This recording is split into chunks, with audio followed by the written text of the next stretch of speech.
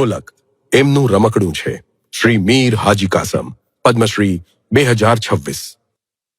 મને કોઈ દી બોલતા આવડ્યું નહીં, કોઈ દી ફાવ્યું નહીં કે મારી ઢોલક મારી બોલે છે, સમજ્યા? એને માણસો ઓળખે છે, એના હિસાબે હાજી રમકડું કહે છે સાહેબ.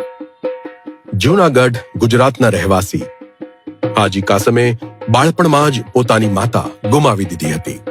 સંગીતમય મીર સમુદાયના તેમના પિતા વિવિધ કાર્યક્રમોમાં ઢોલક વગાડીને ગુજરાન ચલાવતા હતા.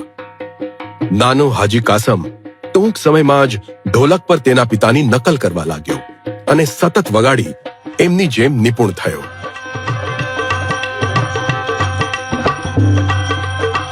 તરુણ અવસ્થામાં તેઓ દિવસે હોટેલમાં કામ કરતા.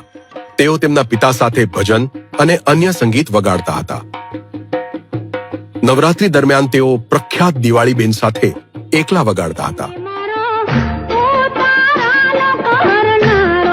જિંદગીએ વળાંક લીધો જ્યારે તેમણે પ્રખ્યાત લોકગાયક પ્રાણલાલ વ્યાસના પ્રોગ્રામમાં પોતાના પિતાની જગ્યાએ વગાડ્યું. કાસમ તારા કરતા આ છોકરો વધે એમ છે, તો મારો બાપો કે તમે રાખો. હાજી કાસમે પ્રાણલાલ વ્યાસ સાથે 50 વર્ષ સુધી વગાડ્યું. એમની સંગીત પ્રતિભાએ એમનો સંબંધ વધુ ગાઢ બનાવ્યો.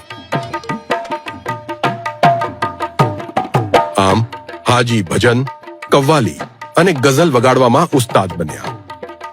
તેમણે એક અનોખી શૈલી વિકસાવી, ઢોલકને મુખ્ય એકલ વાદ્યનું સ્થાન અપાવ્યું.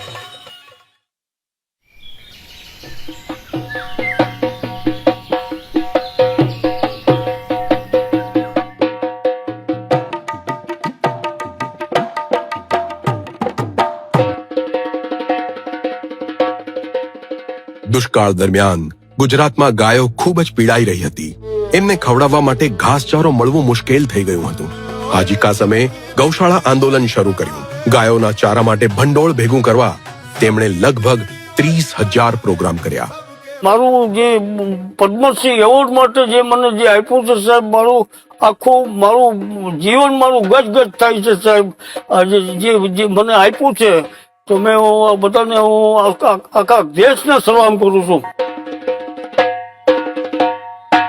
શ્રી મીર હાજી કાસમ, પદ્મશ્રી 2026.